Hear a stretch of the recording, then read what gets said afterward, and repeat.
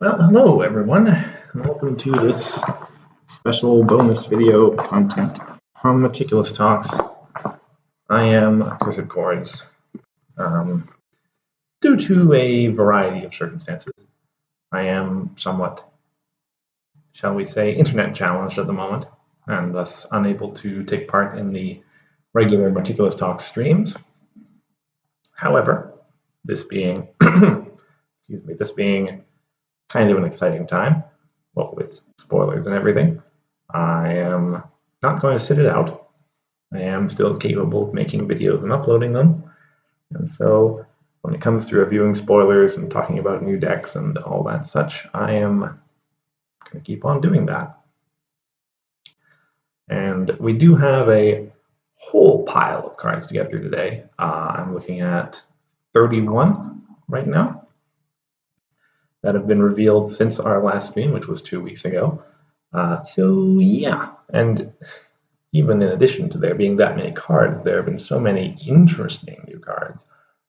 We obviously had the Agile keyword the same day as our last stream, that evening, from the Commentaries Magic stream. We also had the whole tribal thing that started over the course of those last couple of weeks, and that is really shaking things up. The first thing that I want to say is that one thing which has become abundantly clear over the course of these past couple of weeks is that when December comes and it's time for us and others to do their reviews and predictions, it's become very clear that no one's going to have a clue what they're talking about, because this set isn't necessarily changing a whole lot, but there are so many new archetypes that are trying to get formed here. Yeah, like each tribe wants to be an archetype. We only know like 2 mains, and each of them wants to be a new deck, probably, or maybe assume the helm of an old one. There are going to be so many new decks that get experimented with when this set comes out. And, you know, if you're a predictor guy like us, you're going to have to try to figure out which ones are good and which ones are bad, and that is going to be very hard. So anyway, I have just a little list here of all the new archetypes that I have seen so far coming up, and you see right there, I've got Gallus down the bottom doing basically everything that a deck can do. I feel like he's probably in a good spot to just kind of do whatever, except for combo. I haven't thought of a Gallus combo yet, and probably one doesn't exist. But obviously control, that was the one that Bugle showed us in his reveal for the card. People have talked about aggro. I've seen many people do say too much about farming, but I personally feel like he can do it, because you want to start face-offs. That's what farming can do. Unicorns up there at the top were the first tribe that we really properly saw. I've heard people talk about unicorn control. It's supposed to be pretty good. Personally, I'm on the unicorn aggro bandwagon. I think like every unicorn card I've seen so far fits that deck, and so I am really looking forward to trying it out. Dragon control looks pretty good too. There's been a lot of cards that have fit with it.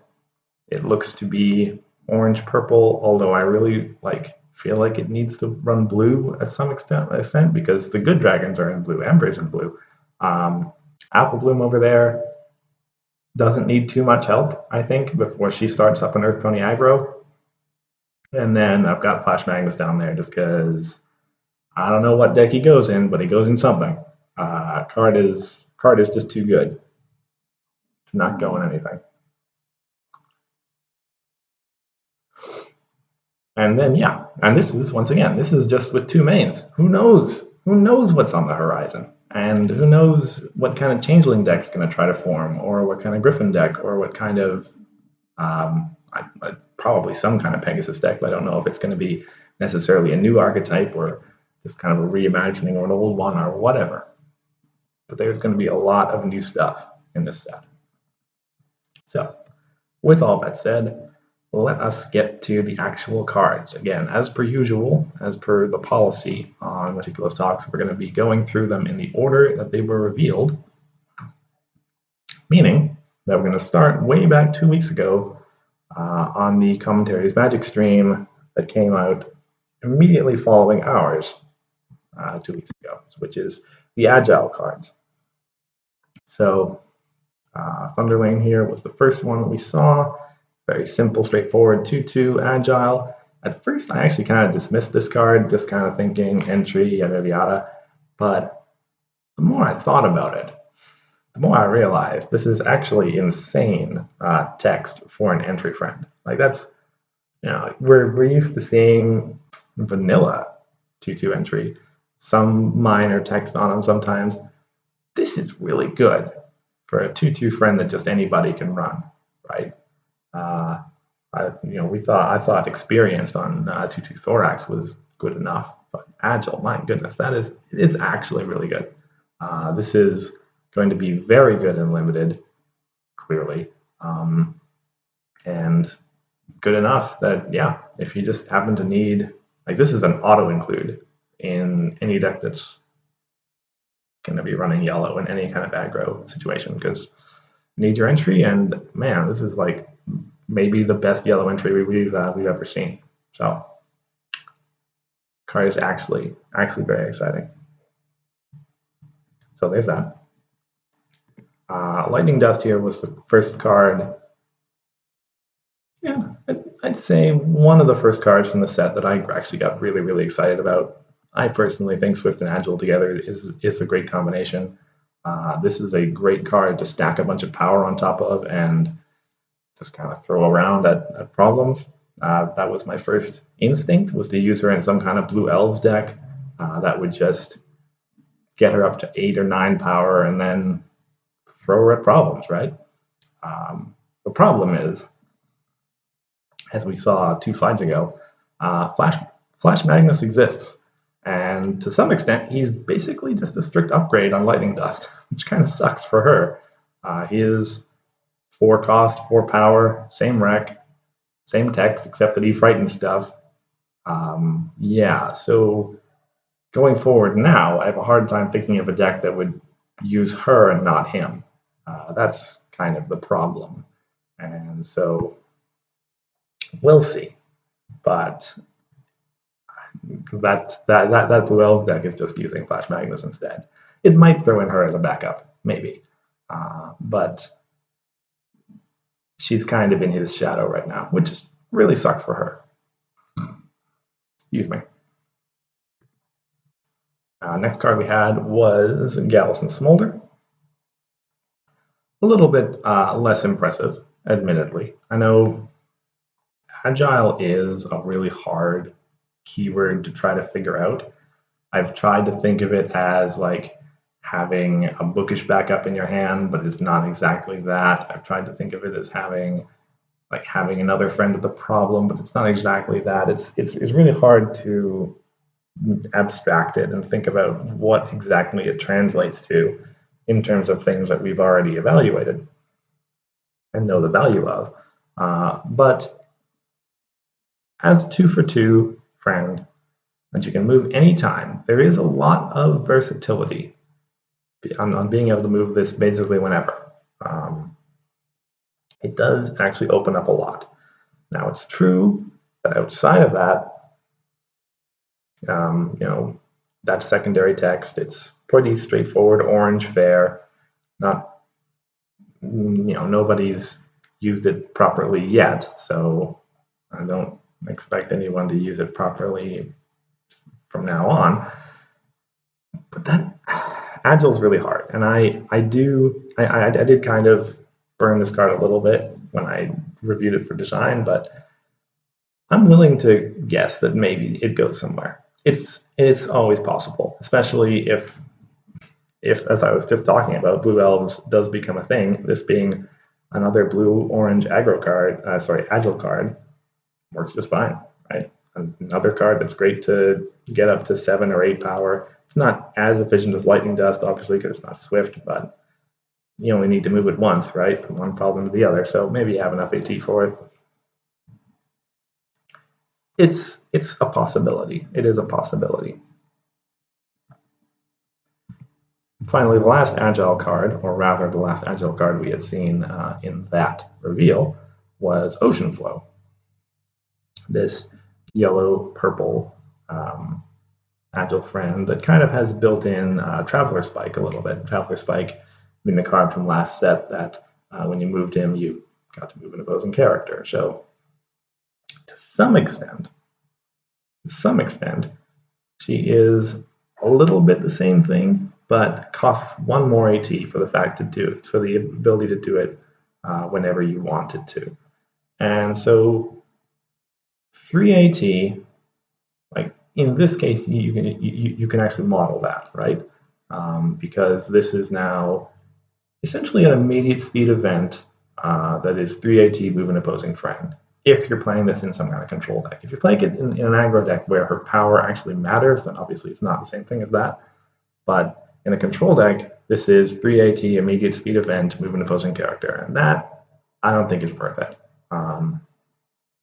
It's worth pointing out, of course, that you can cheat or trigger to some extent,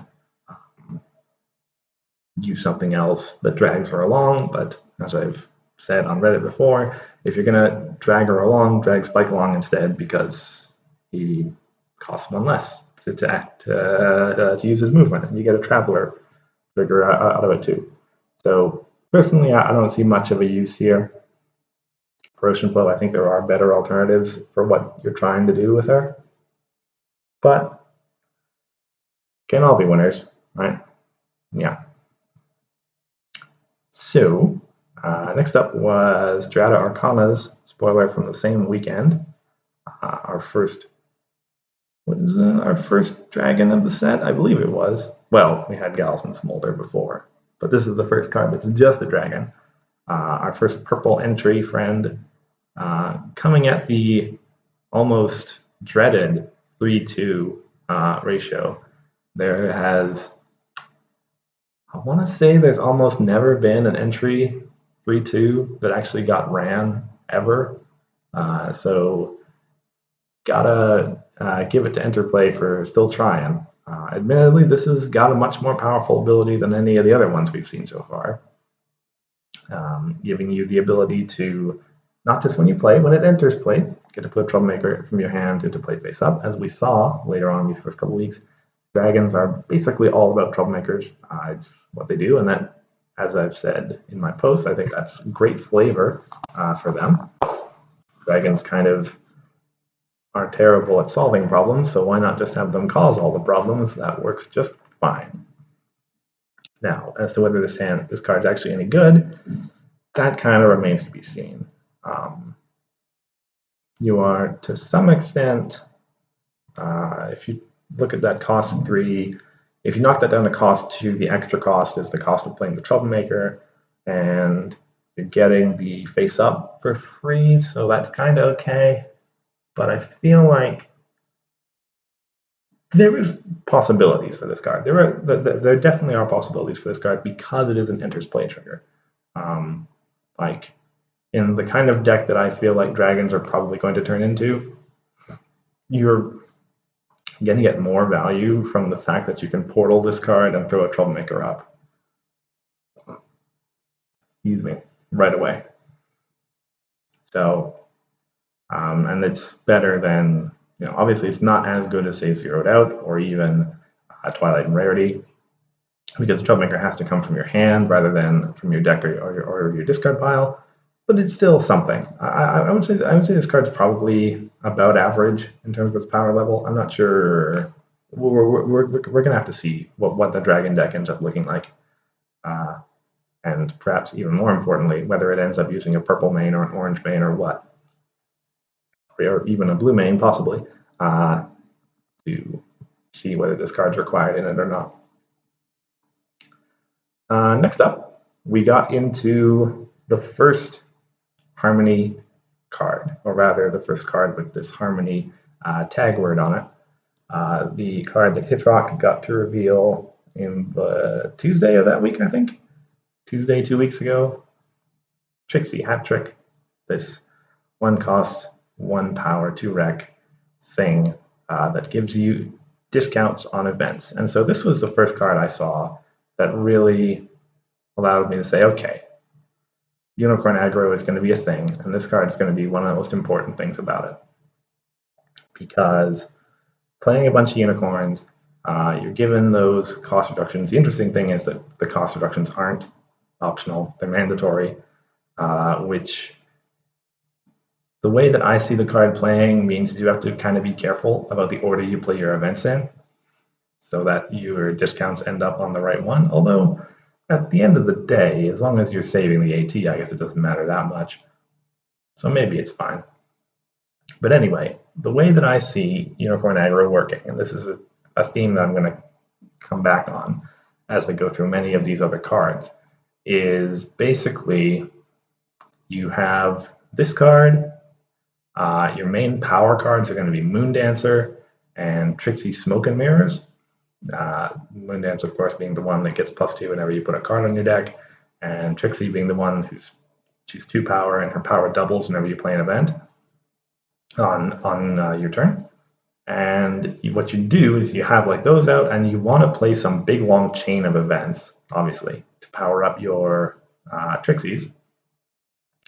And these discounts help just fine. And then you end off that chain with probably a discounted Samela Duplexus, and go to score phase, confront twice, win the face off, and suddenly you've scored 5 or 6 points. And then you just kind of keep going on that for the next one. And yeah, and then next turn you're going to want to reset somehow with a card coming up that's going to help with that. But that's basically the way that I see Unicorn aggro working. It's kind of like almost a combo aggro deck, but like I said, so far I've seen a lot of cards that fit into that strategy, and this card's one of them. So I predict good things for Trixie. Let's see. Oh, right. Next up was Bugle's cards from the Wednesday or Tuesday night that week. I can't remember. Anyway, he started off with this one that was pretty much custom made. In fact, I believe, I'm trying to remember if this is the one that he designed, right? I mean, as he said afterwards, he kind of designed both of them, but I mean, if you looked at the cards and said, oh, Bugle designed one of these, which one was the one that he designed? I think most people would have agreed that this is the one that you'd think of. Anyway, as a blue-yellow Cloud Chaser and Flitter, obviously everyone who's been around since Premiere or since the early start of the game recognizes that this is Cloud Chaser's text from Premiere, except upgraded. Obviously to be at immediate rather than to be at main phase. And that probably makes it a whole heck of a lot better. In fact, probably it's a strict upgrade. It definitely makes it a whole heck of a lot better because now you can use it on Hasty Friends. And you can also, you can use it on Hasty Friends,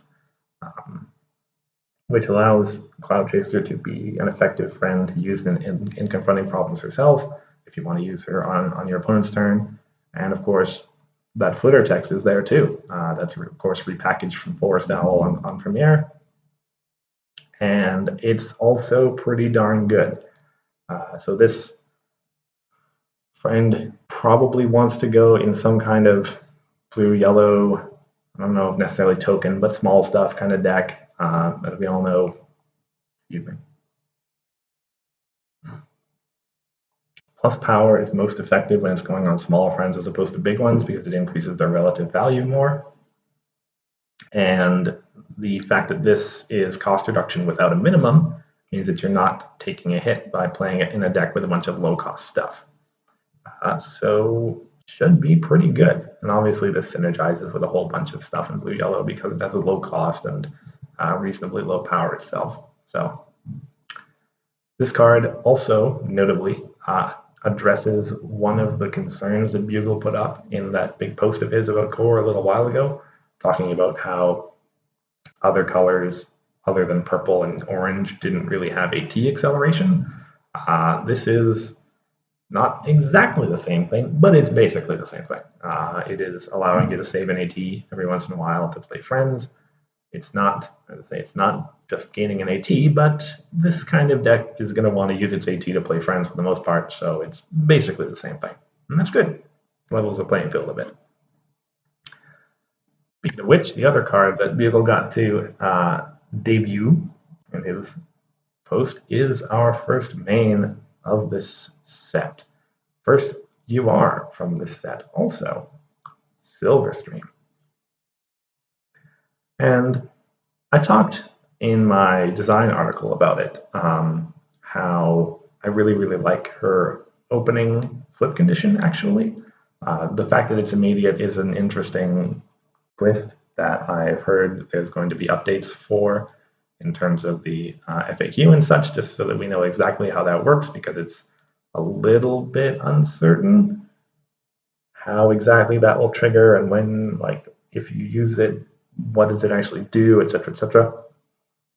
But I really like it just because it's a condition that's basically guaranteed to happen during the first few turns of the game. As card, we had a problem with 2 or more other characters, since that counts your opposing characters and also characters you play yourself.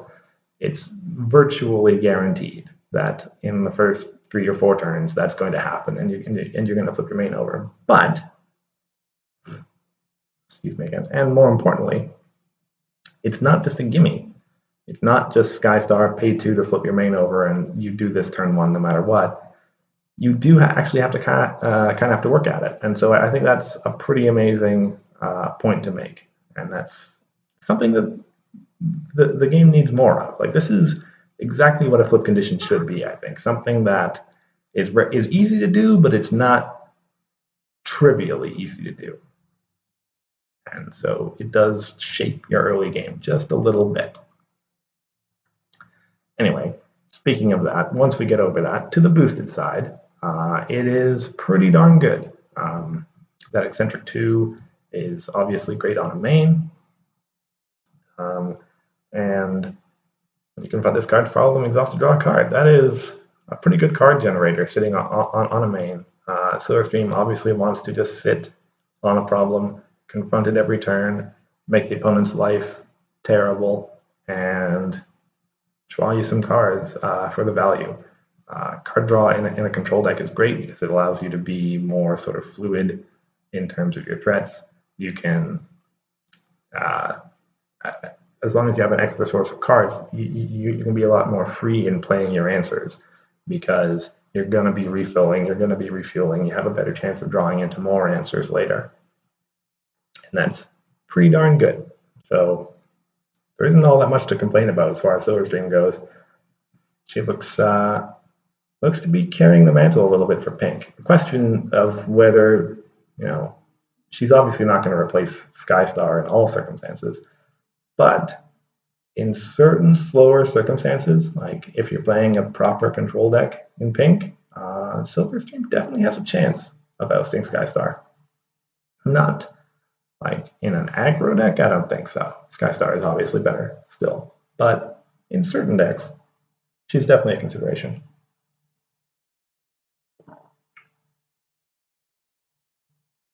Moving on, this takes us to the weekend, I think, was when Princess Mask came out. This was our first Changeling tribal card.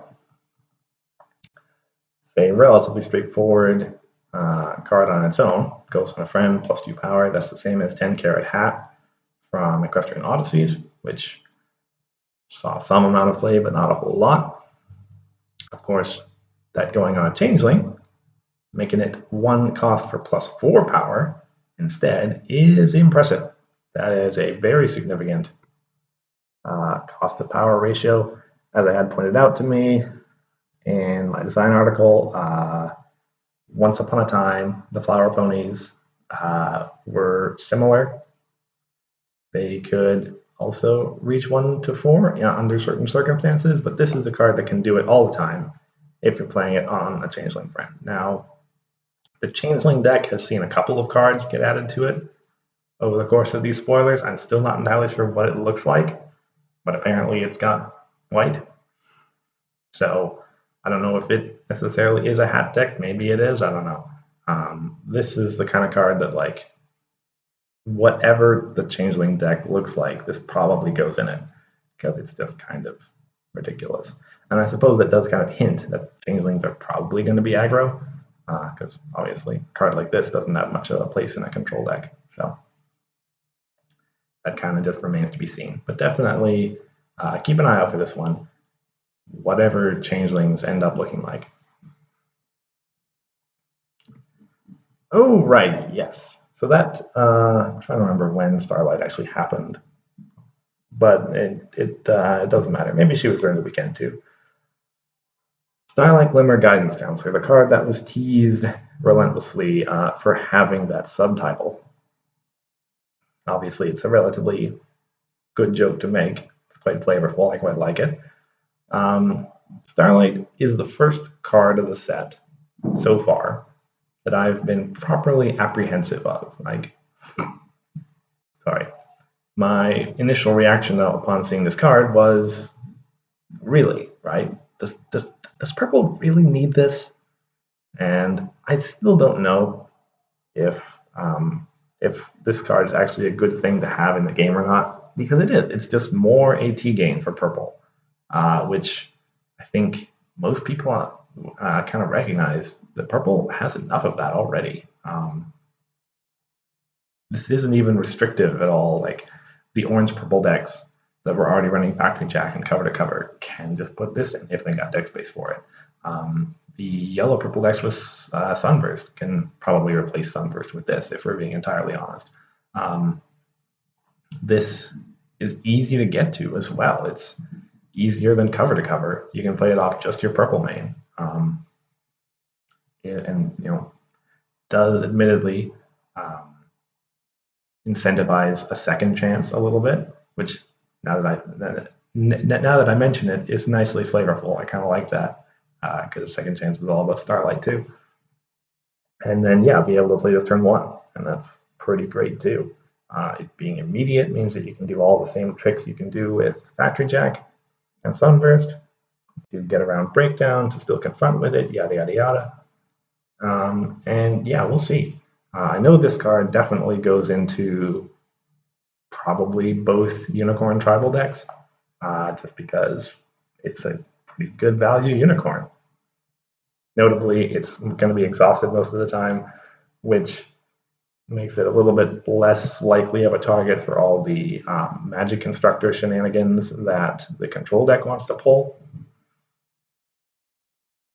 But it is still, I think the value is straight up there.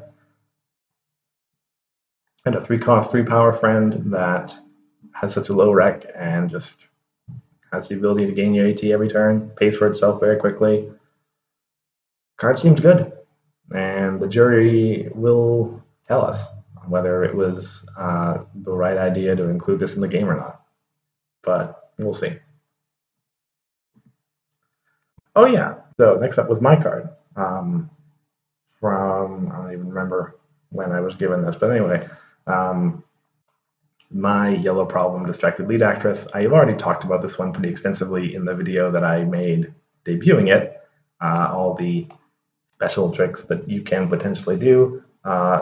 Obviously, this one I'm going to be talking purely about its power rating, and it basically comes back to that same thing that I said at the end of that video, which is that problems can't really be the feature of a deck. You're not going to be able to run a deck where you can consistently have this out because it's not a starting problem, and I haven't seen anything else in pink that incentivizes stacking your problem deck, so I'm starting to become less bullish on that deck emerging. And so it's a cool problem that can occasionally perhaps be some sort of tech. Obviously, it's going to see play in yellow aggro just because of its low confront requirement, and that's great. But it's not going to see play probably for its game text, which is a little unfortunate, but whatever. Yellow aggro likes it, and that's good. Okay, so that clears us to the next big dump that we had from another sim stream, this being the Harmony dump, as it were, which gave us a card for every tribe. Pegasus, Earth Pony, Unicorn, Griffin, Dragon, Changeling. Sorry, Thorax, forgot about that last one there. And we started off as Scootaloo. This 2-cost, 2-power card that when one of your Pegasus enters play, it gets a free move. Pegasus friends enters play, rather, gets a free move. And so I mentioned, when I talked about this for design, I really like the flavor of Scootaloo just kind of running around to whatever new Pegasus she sees. I quite like that. Whether it's going to be good or not, that's a question. It kind of functions a little bit like a mini Bluna, which is great, obviously. I think if Bluna decks could run another Bluna, they probably would, and so that's good. And so it probably has some value, but I'm not entirely sure on whether it's got enough to carve out a place for it in a blue deck. Again, it really matters what the Pegasus deck ends up looking like. I think it's relatively clear that it's going to be some kind of aggro deck, in which case Scootaloo definitely has a chance. But exactly what, I mean, Pegasi aren't like Griffins where there basically are none. There are a whole lot of good Pegasi out there, and the Pegasus deck is going to be absolutely overflowing with possible picks for things to put into its deck spots. And so Scootaloo is going to have a lot of competition, as opposed to Griffins, where we only have so many of them, and if you want to build a Griffin deck, you kind of got to scrape them all together and see what you get. So Scootaloo is going to have her work cut out for her, but I think she has at least a reasonable shot at it. Now, Applebloom, as I said earlier, as I was starting the stream, excuse me, I think she's got enough value that she can potentially pull out the Earth Pony deck on her own. This is the only Earth Pony Harmony card we've seen so far, unless something's changed since I started this recording. But it's real good. That obviously the 2-for-1 stat line is great. That on its own is a great selling point. And when this card enters play, you get to silence something. And when any of your Earth Pony friends enters play, you get to silence something. The main thing that I mentioned in my design post is that there are and have always been a lot of token generators in pink that generate these 1-power Earth Pony friends that basically didn't do anything up to now. But if Applebloom is in play, suddenly you crack your party favor and you're taking away abilities from like 3 or 4 opposing friends, probably. And that's pretty good in some kind of aggro deck that wants to just kind of run through eccentrics, that wants to run through constant modifiers, etc., etc. That is really good. And that is probably the situation that Applebloom is going to find herself in, kind of leading the charge in some kind of deck that wants to play a bunch of Earth Ponies in one turn, turn off all of its opponent's defensive abilities, and then bust through for a big DFO. Now, as I said earlier, I think she needs a little bit more help to make that deck work. Probably some kind of Harmony Earth Pony in pink that also has a pretty useful ability. But she's good. And I think she's well on her way already to making that archetype into a thing. So next up, as I mentioned, we had Griffins. Gilda works very nicely as a really good value card to potentially tie together all those Griffins. You essentially have her out, then you can look back at all the Griffin cards we've got so far. And admittedly, there aren't that many, so you can go find them. And if you reduce all of their costs by 1, are they now good cards? And the answer is generally okay. They definitely get to a better value proposition when their costs have been reduced by 1. The question then becomes, are they particularly amazing as cards? Obviously, we covered Griffin Shopkeep in the previous stream. That was one of the cards that we got to reveal. And if that card's free, it's pretty good. Although it does get a lot of its value from being able to be played turn 1. So getting it behind Gilda in the later game, I mean, it's free, right? Maybe it's still okay because it's free. Free friends with that kind of value on them are probably pretty good. But yeah, Gilda's problem is the problem that, excuse me, problem that the whole Griffin tribe faces, is that there just aren't enough of them yet. And we'll have to see when the whole set comes out if there's enough Griffins there to scrape together a workable list for. If that list comes to pass, this card's probably in it, because it is honestly pretty good. All right. Charcoal. Yes. So this is the card that really introduced to me the fact that, oh, okay, this is what, I mean, this is the first Harmony Dragon card, obviously. So this is the card that said, this is what the Dragon Tribe is going to be all about. And honestly, I like it a lot. This here, your Troublemakers here at +1 power for each of your dragon characters. So you fill your deck up with dragons. I'm still not sure exactly which colors are best as far as doing that goes. My original guess was purple-blue, because then you get Ember, and you get Torch, and you get a couple of spikes as well, for what they're worth.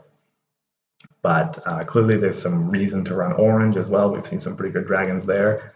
I think maybe right now it's probably a purple-orange deck that splashes blue for Ember, because Ember is just so good. But anyway, especially in this kind of deck.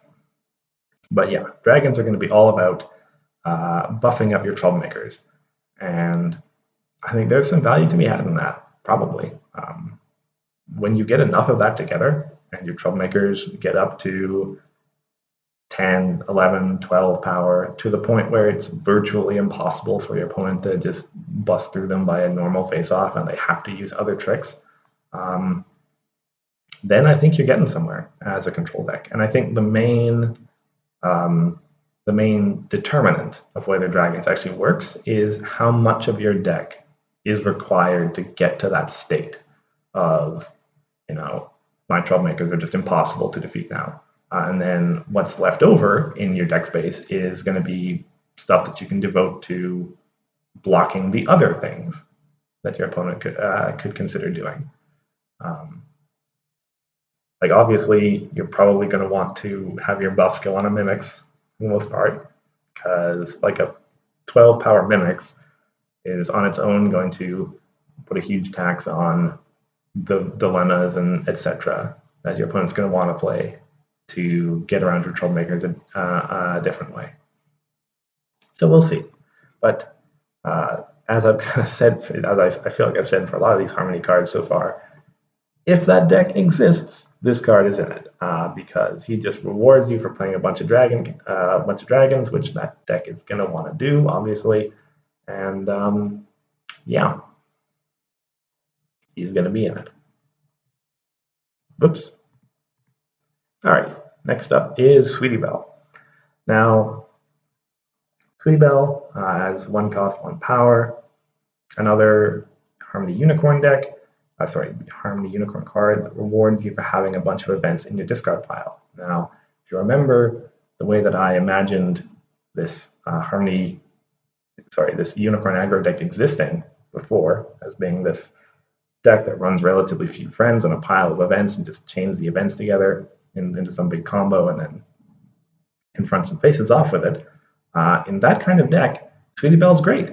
Because you play her basically as a finisher, where she comes down later in the game, and then you exhaust her and give +7 or +8 power to another character, and there you go. Right, there's your end of game kind of finisher. The problem with that, as I've realized lately, is that as I've thought more and more about the Unicorn aggro deck, it's probably actually going to be mono purple, just to free up space for events. And so I'm not sure anymore if Sweetie Belle makes the cut. In the purple-white version, she makes the cut for sure.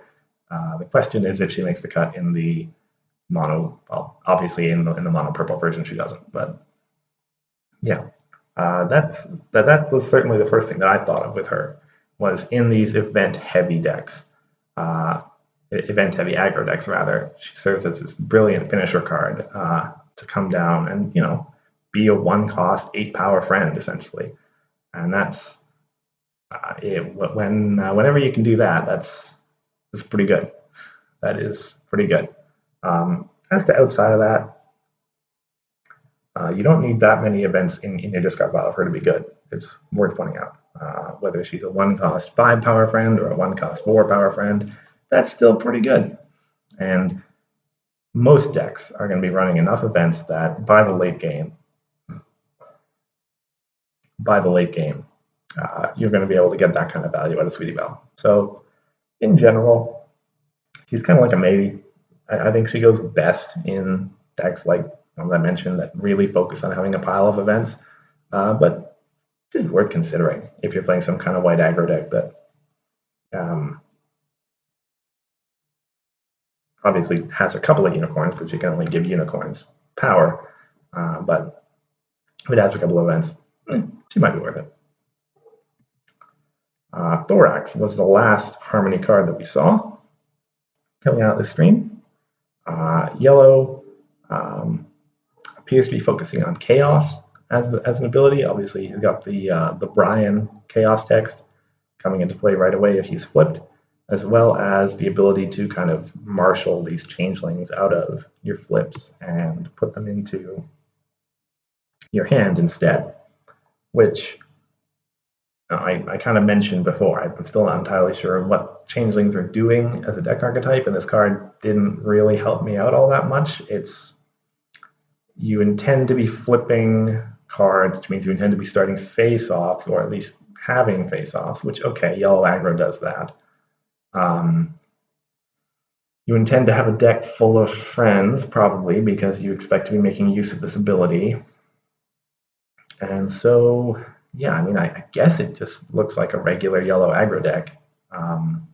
It happens to be full of changelings. Yellow, white, I suppose, if you're going to be playing hats on them, which maybe that's a thing. I don't know. It doesn't like super, like, I'm thinking about it and it's not super exciting. And I don't see any particular reasons why it would be amazing outside of just some great value in its cards, I guess, but we'll see. I mean, I guess you would probably be running Thorax main and a bunch of small stuff. So maybe there's an avenue there for it.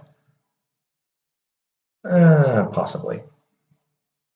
But I'm not super sold on the concept just yet. If we get some big Harmony Changeling finisher that shows up and says, this is what the deck does, then maybe I'll give it a little bit more respect. But right now, this is what we got. And I don't see Thorax being much of all that good at the moment. And then, of course, that stream ended off with our first tricolor, Princess Twilight Sparkle, Endless Friendship, who is kind of a boss, honestly. The yellow text of your other characters have +2 power, +2 power. That is nuts. Unconditional +2 power. That is crazy, right? All your 1-cost stuff, 1-cost 1 power friends, are now 1-cost 3 power friends. Do you want to run a deck full of marble pies that can actually confront problems? Or wait, is marble? She can't do face-offs. That's right. Anyway, yeah, that's what you get to do. That's insanity. Plus, of course, your friends can't be frightened. Global Appaloosa in a friend that is also unconditional. Very good. And the last part, the purple text, this weird sort of conditional interdimensional portal that you can just play whenever, is also kind of interesting. You can use that to dodge home limit sometimes, which is interesting. You can use it to dodge, obviously, removal. You can use it to dodge. You can't use it to dodge uniqueness because game things can't be replaced, obviously. There are some interesting things. I got myself into a bit of a tricky situation trying to imagine and trying to remember, like, if there was a party of one happening, could I use this to save one of my friends? I can't remember if the answer is yes or no. I think the answer is yes, based on the way Bodyguards works, but it's weird. Anyway, I think like the card's clearly great in terms of in terms of what it does. As I said in my design article, I have a feeling like this really feels like someone at Interplay saying, "Well, Luna didn't see play. Well, let's just go bigger then and see what we can do." And yeah, like card's great. Does it see play though? Does it see play? That's the real question. Because obviously Luna was great, and she didn't really see play. Um, it really depends. The reason Luna didn't see play was because she would just die right away because it was removal everywhere. And it really depends on if the meta it goes the same way and there's still removal everywhere. Then, well, I guess Twilight isn't going to see play either. But the more giant, huge value things we have in the game, the more people are going to lean towards cheating stuff out. I tried to build Reanimator last set, so I thought there were already enough big stuff to get pulled out of the discard pile, or to have, just play a Chrono Trigger and then let her pop and suddenly dump a whole pile of tricolors onto the field. That's always seemed like a cool idea to me. And as we get more giant friends with huge abilities, that's going to necessarily look a little bit more appealing, but we'll see. Card's good though. Card's good. Excuse me. Take a drink here.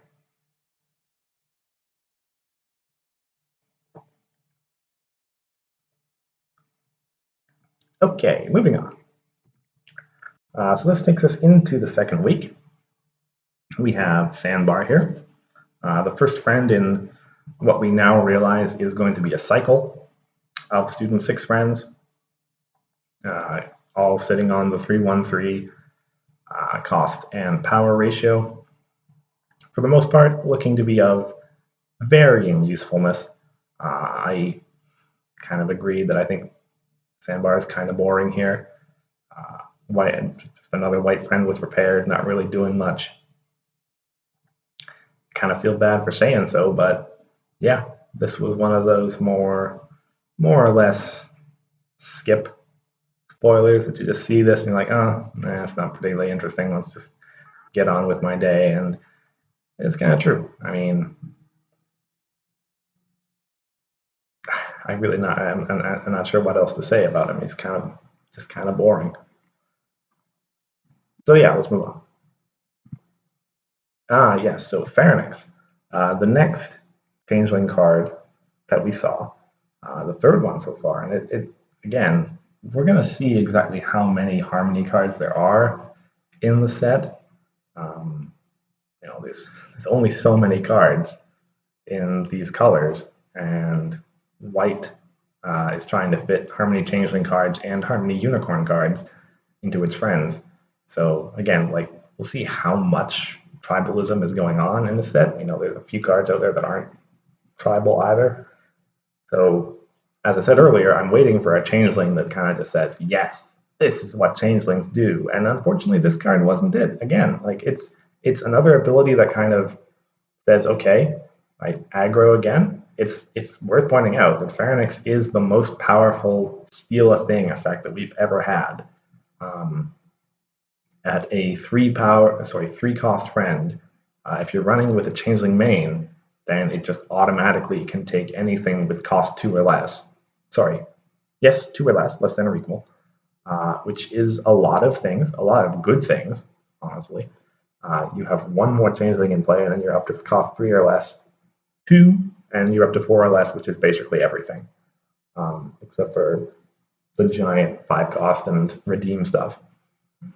So, unconditional stealing has tended to sit at 4 cost if we're talking about Method Mares and Zesty, and Sugar Belle was at 3, admittedly, but she was multicolor and multi-rec. So, yeah, this is without a doubt the most powerful steal of a thing cost we've had. Pony Charm was also 4 cost, I believe. But anyway, yeah, without a doubt, the most powerful steal a thing effect we've seen with that Eccentric 2 on it. The card is good. The card has some pretty sick value in it, and I might consider running it in some random old Changeling deck. Well, you do need to have a Changeling main to make it work. That's the problem. Like, if this card was on its own in a deck, then it could only steal 1-cost things, and that's not particularly great. So it does need to be in a Changeling deck. And I still just, Changelings look to be some relatively standard yellow-white aggro deck, probably again with Thorax main, or possibly Ocellus wherever she ends up as far as mains go. I guess I'm looking forward to that main probably to say, this is what Changelings do. But I still just haven't been able to figure it out yet. And similar to what I've said before, in the Changeling deck, this card probably gets run, just because it is actually really good. But if there's no Changeling deck, then Fanox can't really function. So that's what we're waiting on. Still waiting on that Changeling. Okay, so the next thing that came out was Gallus main. Speaking of new mains from the set, this was our second new main and the first one of the cycle that we probably all knew was coming. That the main basic mains of the set were going to be these guys. Gallus and the rest of them.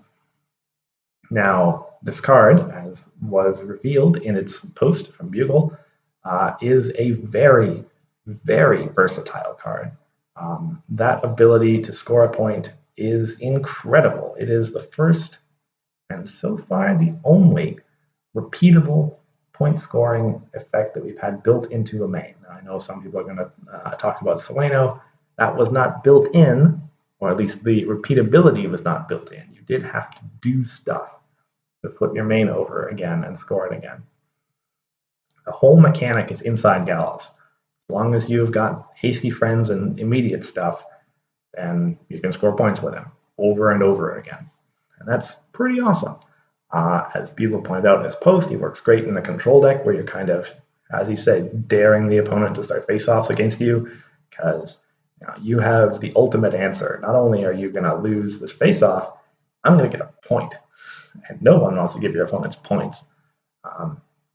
As Grandpa's pointed out in the comments on that post, he works great in aggro too, because there is the, as I'm going to start calling it, the have your cake and eat it too priority window, where you get to win the face-off and still exhaust him for his points.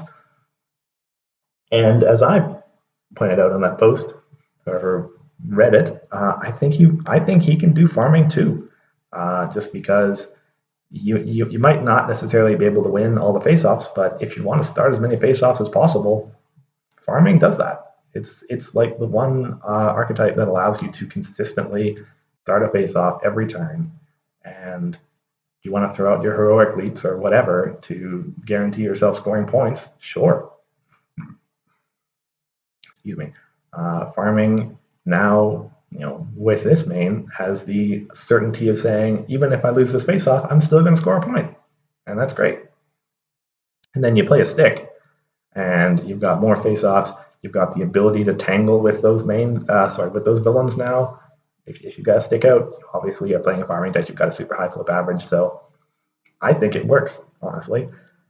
But yeah, this main can do like everything, and there's going to be a lot of thought, a lot of experimentation around him, I'm sure. Okay, next up was cheering section, our first event. Pretty sure it was actually our first event of the set. And this one is our Harmony Pegasus event. Again, seems pretty clear to be nudging Pegasi toward this generally aggro-ish direction, where this is 2 cost for competitive 2 on anything, and for all your Pegasus characters, goes up to even more. This can notably get insane. For example, in your main phase, you played Close Air Support and suddenly got 7 Pegasus tokens, and now this card is immediate give someone competitive 9. Or, let's be honest, you had other Pegasus characters in play. So at that point, you're talking about over competitive 10 for 2 cost.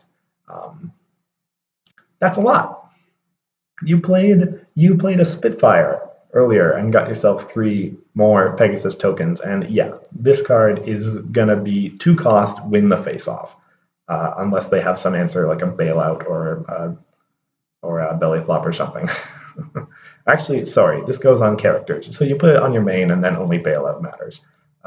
Yeah, this card is nuts, or at least can be nuts. In a particular Pegasus deck that focuses on Pegasus tokens, which I believe such a deck can exist. It might actually be mono blue now that I'm thinking about it.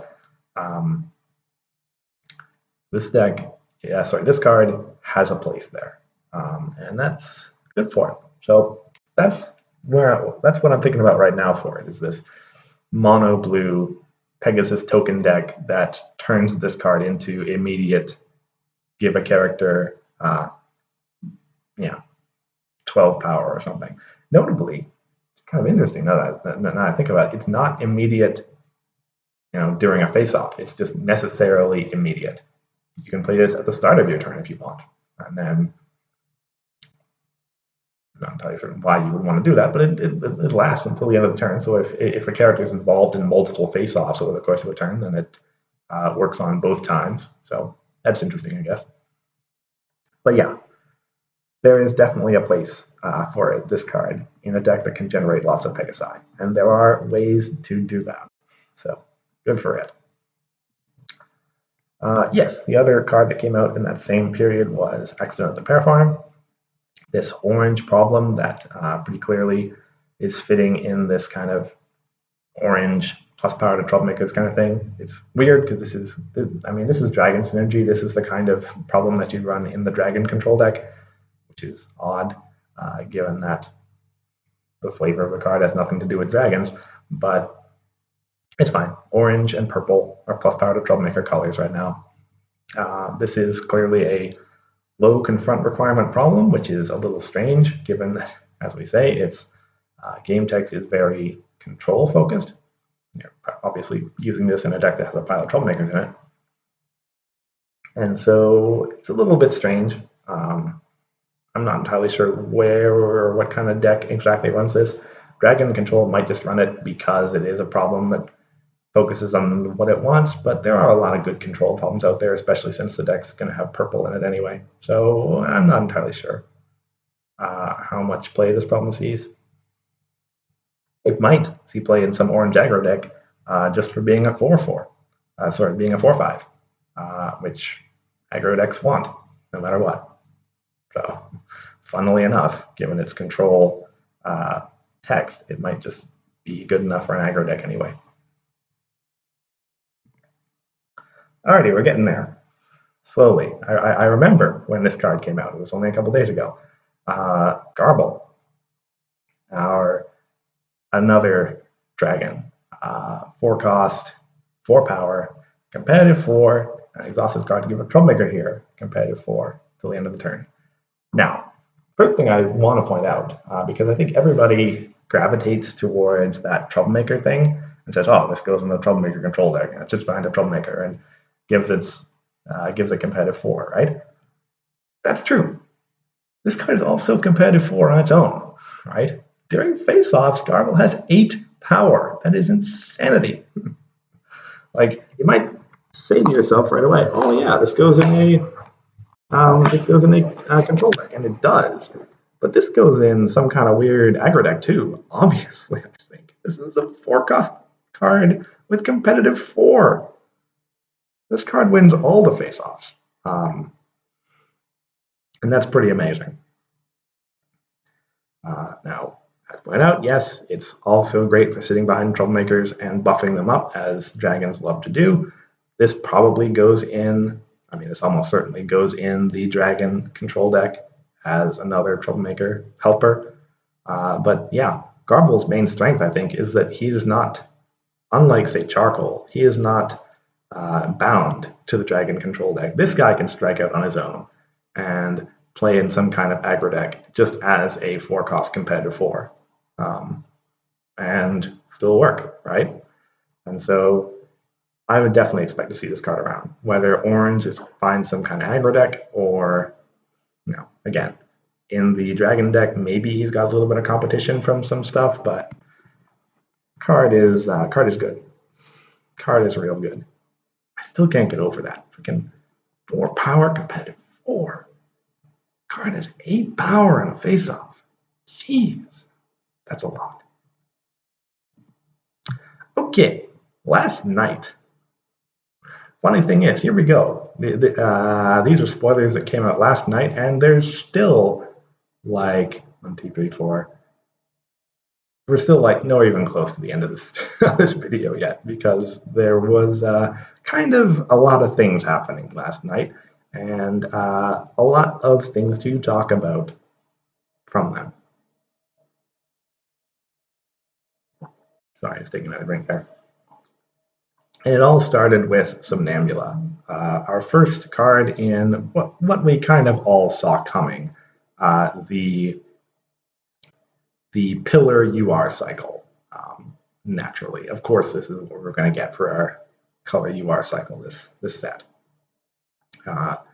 As our pink pillar, Somnambula is a 3/3, relatively straightforward, with the Balloonoculars effect. Opponents play with their hands revealed, which is good. One of the most interesting effects we've had in the game for a while. When this card enters play, name a card type. When the opponent draws a card with the name type, you may draw a card. Hoo-hoo, spicy.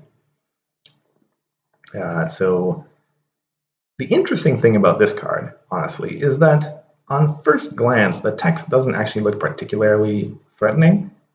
It's the kind of thing that might not get removed right away, because it's not like a Luna. It's not a card that's immediately winning you the game, but is definitely good enough that you want it.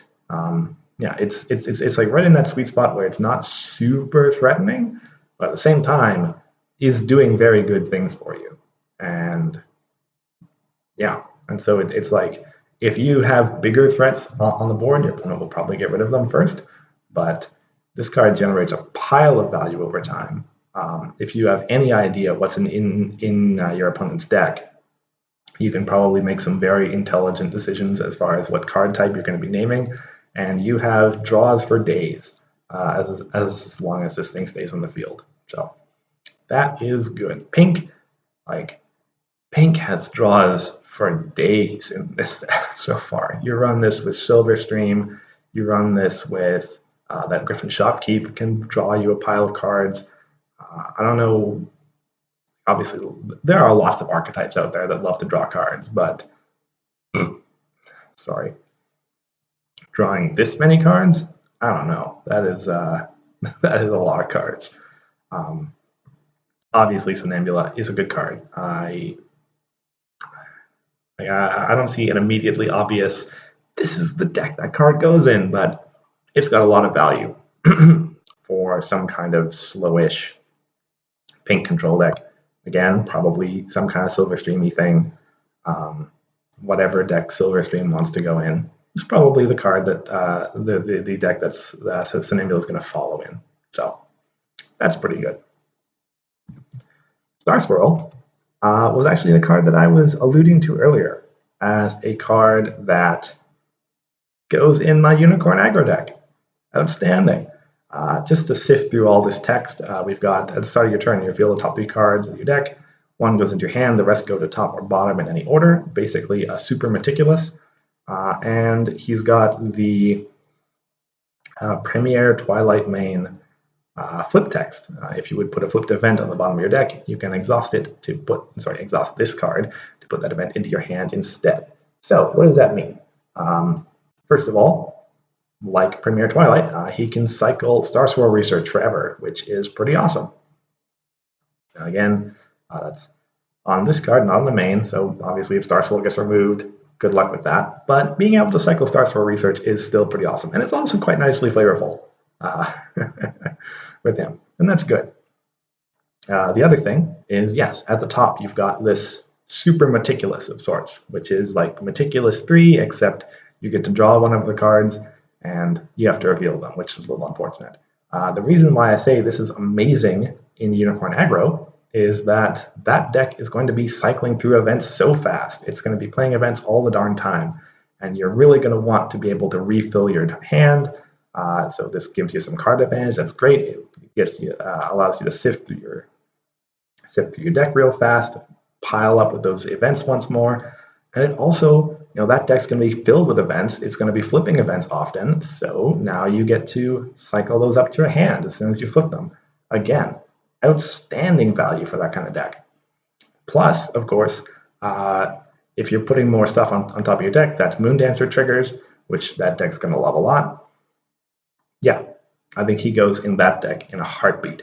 He also, notably, goes in this Unicorn control deck, whatever it ends up looking like, because that deck appreciates card advantage, appreciates super Meticulous, and it's going to want to be flipping events for their chaos effects probably, or just to have high flip averages. It's also going to be super okay with cycling Star Swirl Research forever. Yeah. So Star Swirl goes in like all the Unicorn decks so far as I can tell, and he's going to be one of my chief cards that I want when this set first comes out. In addition to a pile of other URs that we're going to get to. In fact, one of them I believe is coming up right now. Yes, it's Flash Magnus. It is. Oh boy, card's kind of good. Card is kind of good. The best way that I've been able to think of it so far is that he is a 4-power, 4-cost friend, swift, agile, who says you have infinite copies of Sepakli attack in your hand. Basically, you can pay 2 to frighten stuff as long as you want to. Or you could say, yeah, you have infinite, yeah, I think that's probably the best way to say it. Infinite Sepakli attacks forever, as long as this card's around. And that's pretty darn good. Never mind being, as I said, just a better Lightning Dust in terms of being a 4-power Swift Agile friend as opposed to a 2-power one. I'm really sad for her, honestly I am, because, like I say, this card's kind of just better. This card goes in everything. I think I'm honestly wondering if this card, like if the dragon deck goes blue, does this card go in it? Even though it's not a dragon? Just because it's a control deck and you love frightening stuff. You love frightening stuff in any deck, whether it's control, whether it's aggro. I mean, being a swift, agile, 4-power friend, aggro loves this card regardless.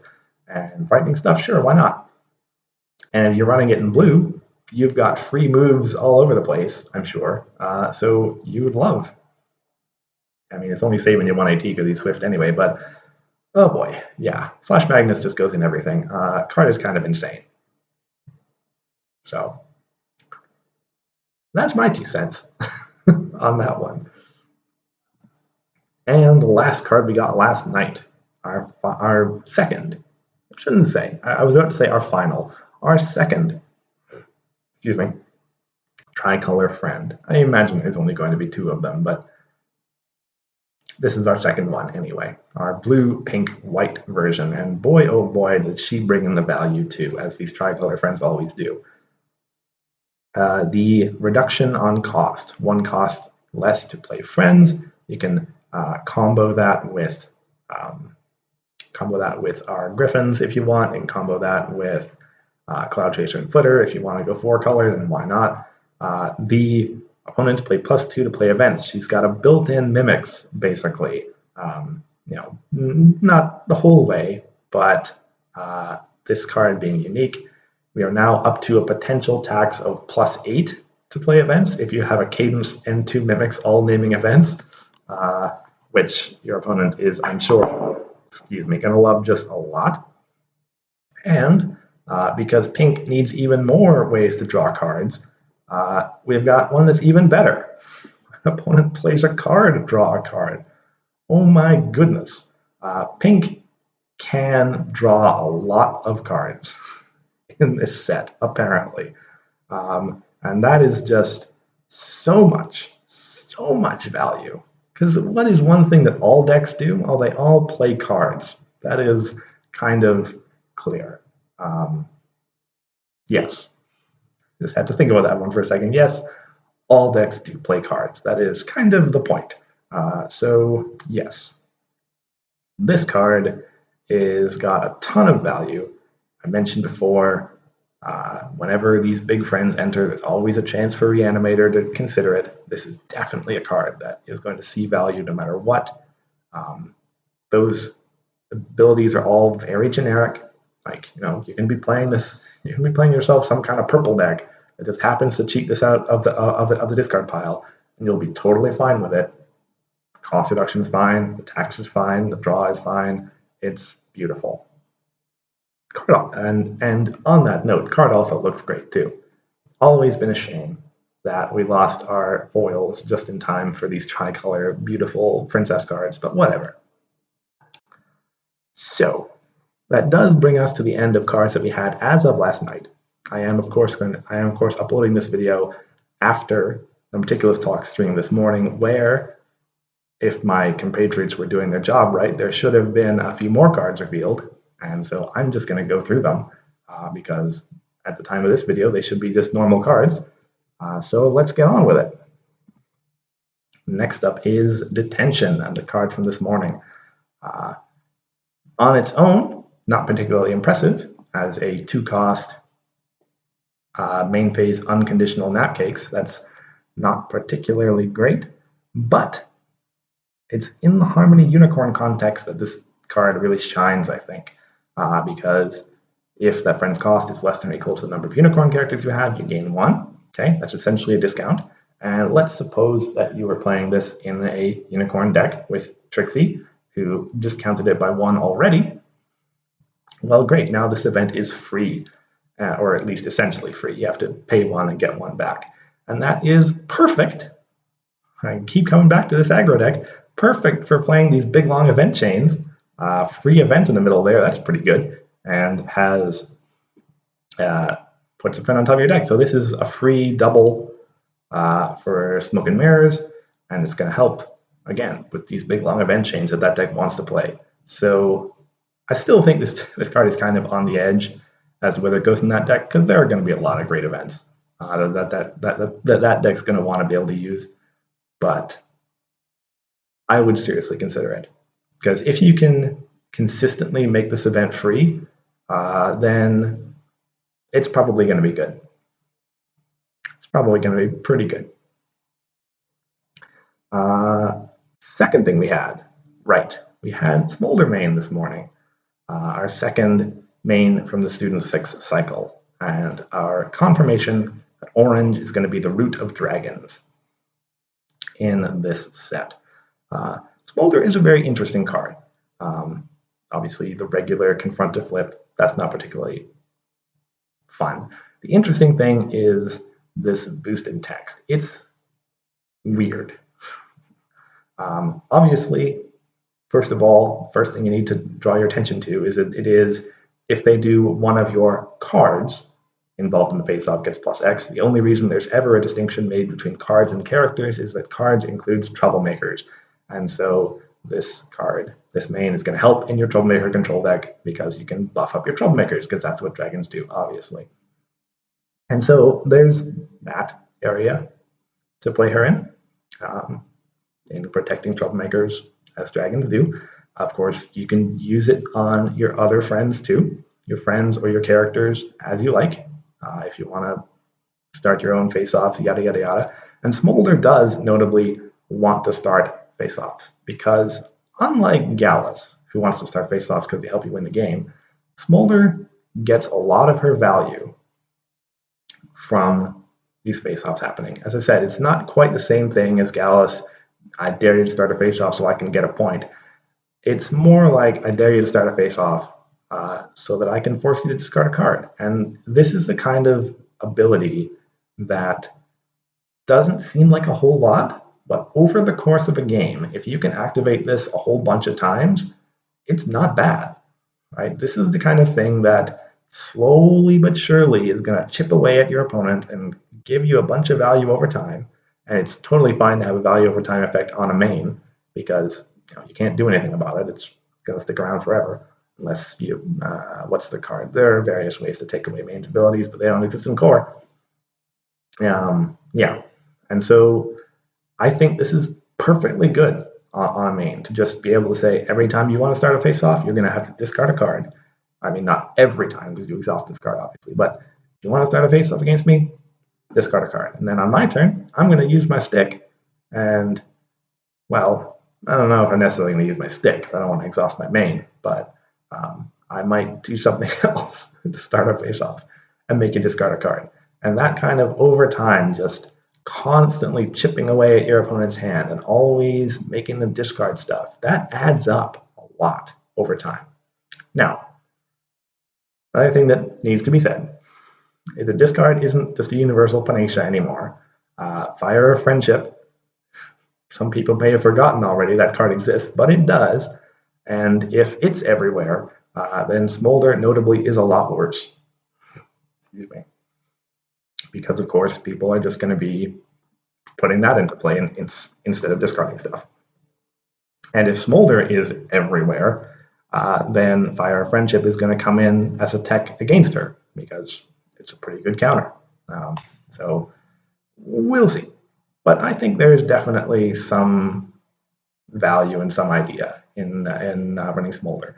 It's worth pointing out, all of the tribal cards we've seen so far, all of the Harmony cards, are explicit in saying they count your dragon characters, they count your unicorn characters. They really care about whether your main is part of the tribe. And so dragon control is definitely going to want to take a chance on Smoulder, because otherwise, well, she's the only dragon main in core. In Harmony, there are a couple of spikes you can choose from, but this is the only dragon main in core right now. So if you want to go full dragons, you kind of got to jump on the Smoulder bandwagon, and that's pretty awesome. As I said, I still don't know whether it's orange-blue, whether it's orange-purple.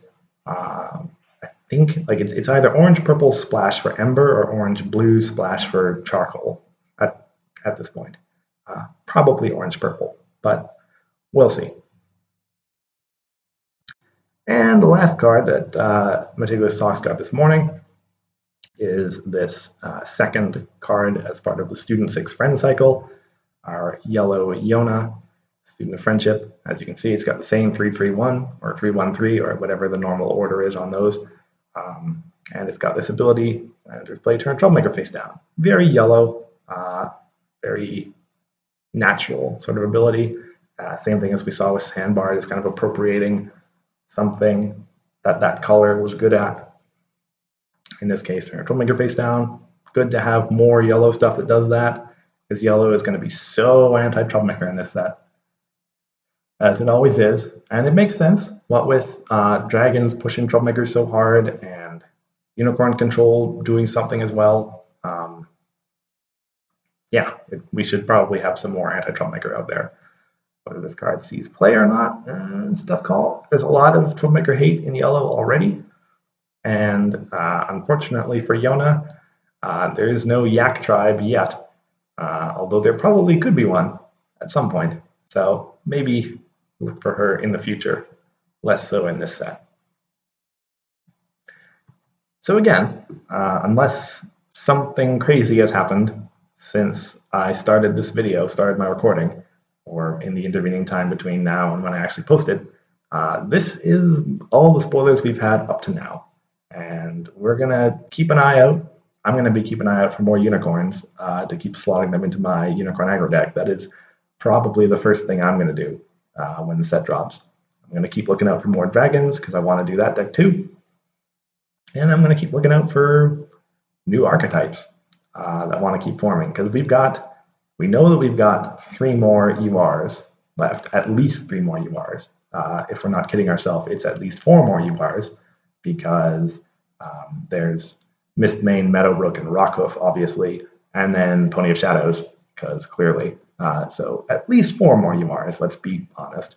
And then a bunch more cycles still left to fill, a whole pile of mains still left to see, and boy, those are probably going to be pretty interesting, because they're going to be pushing their tribal mechanics. We'll see what Ocellus tells us about changelings. We'll see what...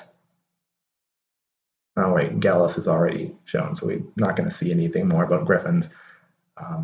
Yeah, we'll see. There's still so much more to discover left in this set. So, in any event, That was me doing my best to keep a handle on this stuff. My internet challenges are going to keep on going for the next couple of weeks, so I'm probably not going to be in many more streams until the set comes out. But I am going to be sure to keep up my other content, including these, whenever I need to. So until next time, I'll be seeing you.